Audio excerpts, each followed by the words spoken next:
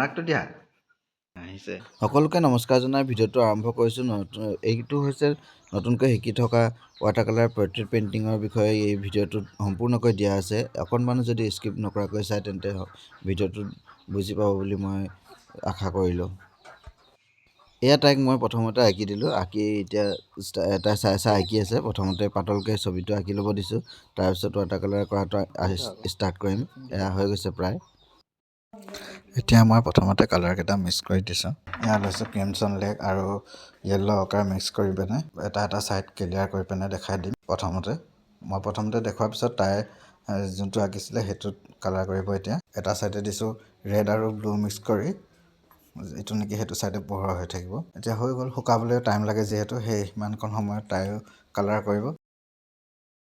একেইকেইটা ৰঙেই ব্যৱহাৰ কৰিছে। জলৰং মাধ্যমটোত মানে অলপ কষ্ট হয়, তথাপি কৰি ভাল লাগে আৰু ছাত্ৰ ছাত্ৰীবিলাকেও ভাল পায়, সেইটো কাৰণে ভাল লাগে।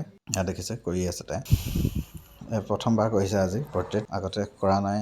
কৰিছে যদিও এনেকৈ মানে অঁকা নাই, কাৰ্টুন তেনেকুৱাবিলাক আঁকি থাকে। প্ৰেক্টিছেই মেইন আচলতে। প্ৰেক্টিছ কৰি থাকিলেহে ছবিবিলাক ভাল হয়। যিমানে প্ৰেক্টিছ হয় সিমানেই ভাল।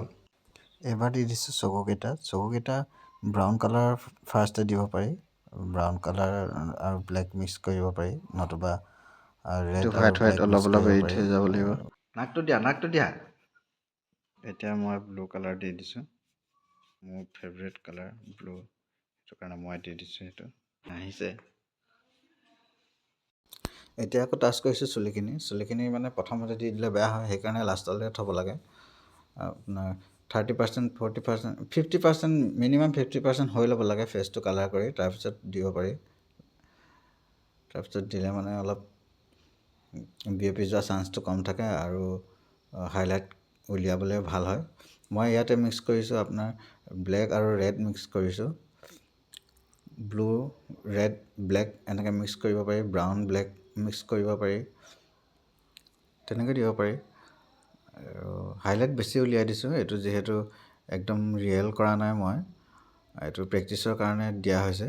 যিহেতু নতুনকৈ শিকিছে, নতুনকৈ শিকোঁতে যদি মই গোটেইখিনি একেবাৰতে দি দিওঁ তাই বুজি পাবলৈ অলপ কষ্ট হ'ব। সেইটো কাৰণে মানে এডাল দুডালকৈ এনেকৈ উলিয়াই দিছোঁ। উলিয়াই দিয়াৰ লগে লগে ব্ৰাছত সেই চুলি দিওঁতে যিটো কালাৰ বাকী থাকি যায়, সেই কালাৰটো কিছুমান জেগাত দিব পাৰি। ব্ৰাছডাল ধুব নালাগে, আকৌ নধুৱাকৈ তেনেকৈ দিব পাৰি, ব্যৱহাৰ কৰিব পাৰি একেখিনি ৰং। এটা ভুল কৰে নতুনকৈ শিকি থকাখিনিৰ কাৰণে, এইখিনি ভুল কৰাৰ কাৰণে কি হ'ল, বিয়পি যোৱা চান্সটো বেছি হৈ যায়। ব্ৰাছডাল অলপ শুকান হৈ থাকিলে ভাল, একেবাৰে শুকান হৈ থাকিলে বেয়া।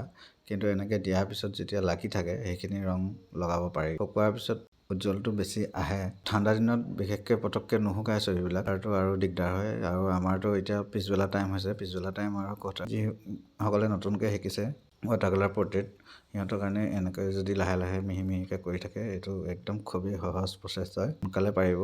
ভয় কৰে বেয়া হৈ যাব নেকি, মই কওঁ কি বেয়া হ'লে হ'বলৈ বেয়া হ'লেহে ভালটো গম পাব। বেয়া হ'ব বুলি যদি ল'ৰা ছোৱালী নেয়াকে তেন্তে ভাল হ'ব ক'ৰ পৰা। ওঠটো, চকুকেইটা, এইকেইটা বেছি যদি স্পষ্টকৈ উলিয়াব পাৰে তেতিয়া ছবিখন মানে বাকীখিনি বস্তু বৰ বেছি ফ'কাছ নকৰিলেও হয়। চুলিৰ অংশখিনি মানে সেইখিনিও অলপ চলপ ফ'কাছ কৰাই দিলে হ'ল, গোটেই বস্তুটো উলিয়াই নিদিলেও হয়। তেতিয়া এইটো অলপ বেলেগ হয় আৰু প্ৰচেছটো। কম সময়ত ছবি এটা, পৰ্ট্ৰেইট এটা যদি শেষ কৰিবলৈ বিচাৰে, এনেকৈ ছবিটো অংকন কৰিলে ভাল ৰিজাল্ট পাব। আৰু শিকি থকাৰ কাৰণেতো এইটোৱে চবচে বেষ্ট মই ভাবোঁ। এতিয়া প্ৰায়বিলাকক এনেকৈয়ে শিকাই থকা হৈছে। এতিয়া যোনবিলাক first year, second year, third year, first ইয়েৰৰ পৰা পৰ্ট্ৰেইট শিকোৱা আৰম্ভ কৰি দিছোঁ। তাৰ তলৰখিনি কিন্তু মই শিকোৱা নাই, খুব কমহে মই এইটো ক্ষেত্ৰত প্ৰেছাৰটো দিওঁ। যিসকলে নিজে ইচ্ছা কৰে সিহঁতকতো দেখুৱাই দিওঁ বাৰু। বাকী বস্তুবিলাক শিকাওঁতে, বেছিক বস্তুবোৰ শিকাওঁতে দেখোন টাইম নহয়গৈ। এইটো বস্তু যদি টানটোৱে প্ৰথমতে শিকাই দিওঁ সিহঁতৰ কাৰণে বেয়া হয়। প্ৰথমবাৰৰ কাৰণে আঁকিছে পৰ্ট্ৰেইট,